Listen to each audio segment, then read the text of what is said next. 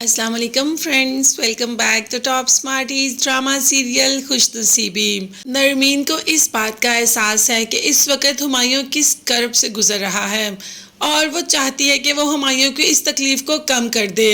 گل نے تو ہمایوں کا جینا اس وقت مشکل کر دیا، اتنا بڑا آرڈر بھلا 2 دن میں کیسے کمپلیٹ ہو سکتا ہے، یہی سوچ سوچ کر تو ہمایوں پریشان ہو رہا ہے۔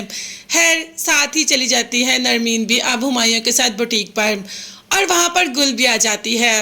گل تو اتنی باتیں کرنا شروع ہو جاتی ہے نرمین کو کہ تم کیسی بیوی ہو، تم نے اپنے شوہر کو مجبور کر دیا کہ وہ خود سوکھے نوالے کھائے اور تمہیں لگژریز دے۔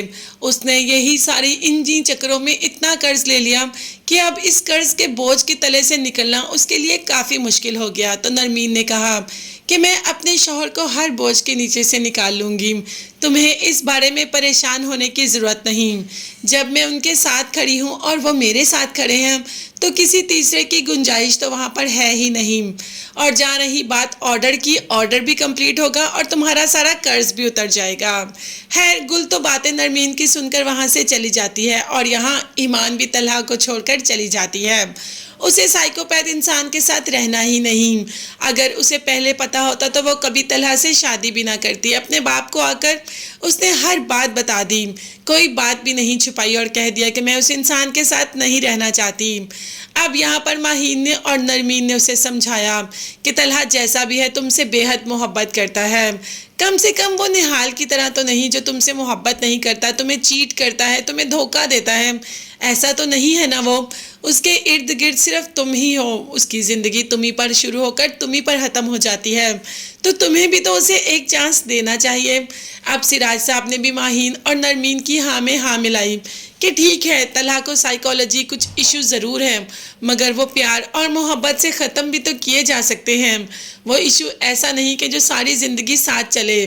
جب ماں باپ بچوں کے ساتھ نہیں ہوتے تو بچے محرومی کا شکار ہو جاتے ہیں، تو بس طلحہ کے ساتھ بھی کچھ ایسا ہی سین ہے۔ جبکہ ماہین نے اتنی محبت کی نہال سے اور نہال نے کبھی بھی اس کو محبت کا جواب محبت سے نہیں دیا، ہمیشہ اسے چیٹ کیا، ہمیشہ اسے چیزیں لی، ہمیشہ اسے پیسے لیے۔ اس کے مقابلے میں طلحہ تو ایسا نہیں، بلکہ وہ تو ایمان کو کہتا ہے کہ تم گھر بیٹھو، تم میری ذمہ داری ہو، میں خود تمہاری ذمہ داری اٹھاؤں گا۔ تو دونوں میں کافی فرق ہے۔ خیر ایمان کو بات سمجھ تو آگی باپ کی اور بہنوں کی، وہ طلحہ کو محبت بہت کرتی ہے، مگر اس کے کچھ اپنے اصول ہیں جن کے خلاف وہ نہیں جا سکتی۔ اب دیکھتے ہیں کہ واپس طلحہ کے پاس چلی جائے گی، ویسے طلحہ خود ایمان کو لینے آئے گا تو ایمان رک تو سکتی ہی نہیں۔ تینوں بہنوں کی زندگیاں کافی گڑبڑ چل رہی ہیں، کافی میسی بھی ہو چکی ہیں، مگر تینوں بہنوں کی زندگیاں اتنی اچھی ہو جائیں گی کہ انہیں اپنی ہی قسمت پر رشک محسوس ہوگا۔ باقی رہی بات ماہین کی، تو ماہین کی زندگی میں بھی کوئی نہ کوئی آ جائے گا، مگر تب تک کے لیے چینل کو سبسکرائب کریں۔ اللہ حافظ۔